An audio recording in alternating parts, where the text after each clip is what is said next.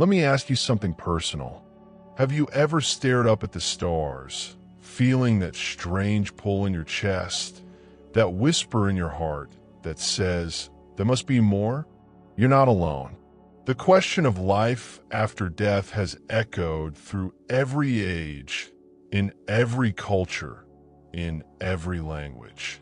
And yet, despite centuries of thought, belief, science, and religion, it remains one of the greatest mysteries of all time.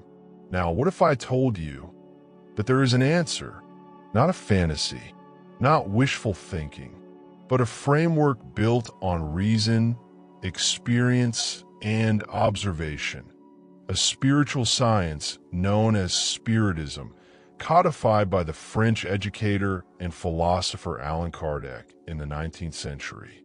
Like the video and subscribe to the channel to support my work. Before we go deeper, let's be clear. Spiritism is not about blind faith or superstition. It's not here to tell you what to believe.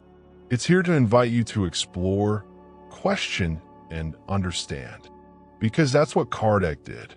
He didn't sit in a dark room waiting for ghosts. He investigated.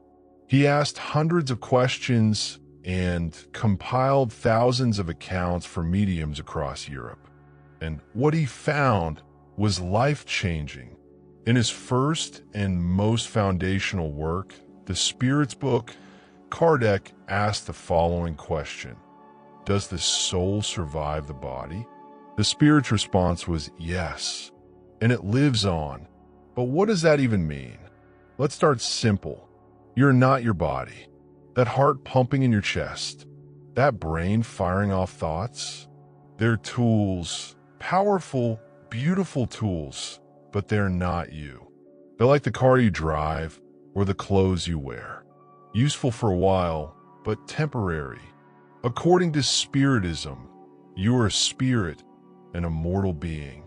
Your body is a shell, a suit you put on for a journey called life. And death is just the moment you take it off. Think about that for a second. What if death isn't the end, but a transition, a return? Imagine waking up from a dream, feeling disoriented at first, but slowly remembering who you really are. That's how the spirits describe it. Death is not darkness. It's not oblivion. It's awakening. It's stepping back into the larger reality that was always there, just out of sight. But maybe you're thinking, all right, sounds poetic, but where's the proof? Fair question. Kardec didn't ask people to believe blindly. He gathered data, messages from spirits, descriptions of the afterlife, recollections of past lives, all reported through independent mediums, people who could naturally communicate with the spirit world. Across all these independent reports, a clear and consistent pattern began to emerge. People from different parts of the world, speaking different languages and having no contact with each other, were describing the same ideas. These similarities were not the result of cultural influence or shared backgrounds. They came from diverse sources and yet showed a remarkable level of agreement.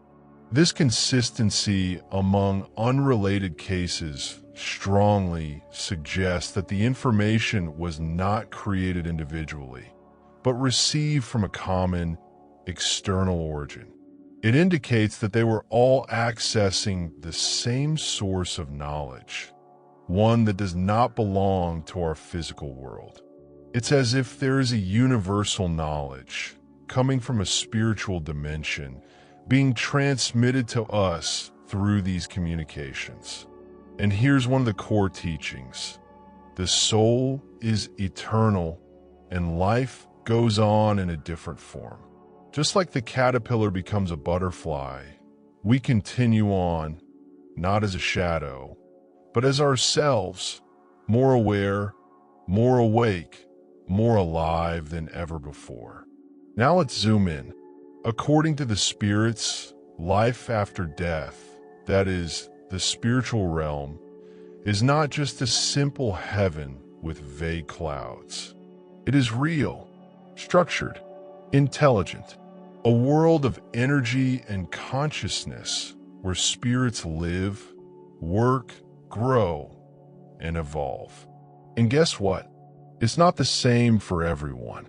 Your experience after death depends on who you are, what you've done, what you've learned, and what kind of life you've lived. There's no eternal punishment, no fixed heaven or hell. Instead, there's progress, there's justice, there's love, and always, there's another chance. In the Gospel according to Spiritism, Kardec writes about moral transformation. That's the real work. That's what prepares the soul for the next stage. It's not about how much you prayed or how many rules you followed. It's about how deeply you loved, how honestly you lived, how much you try to be better. Still with me? Because here's the beautiful part.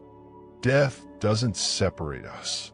The spirits tell us that loved ones who've passed are still near, watching, encouraging, sending thoughts of comfort and warmth. And sometimes, when the conditions are right, they can even communicate, not through horror movies or haunted houses, as spiritual apparitions are often wrongly portrayed, but in subtle and meaningful ways, such as dreams that feel too real, memories that appear out of nowhere, a bird or butterfly passing by you, or a sudden peace you feel in your heart. These aren't coincidences, they're connections. We are not alone. The spirit world isn't some far-off galaxy. It's here, right now, all around us, interwoven with our world, invisible to the eye, but real to the soul. And once you start to understand that, once you realize that life after death is not a hope, but a reality, everything changes. Grief softens, fear fades, life gains purpose. Because if we don't vanish after death, if we continue, then every moment here matters even more. Every choice, every action, every word, it all shapes the spirit you are becoming. And that, my friend, is just the beginning.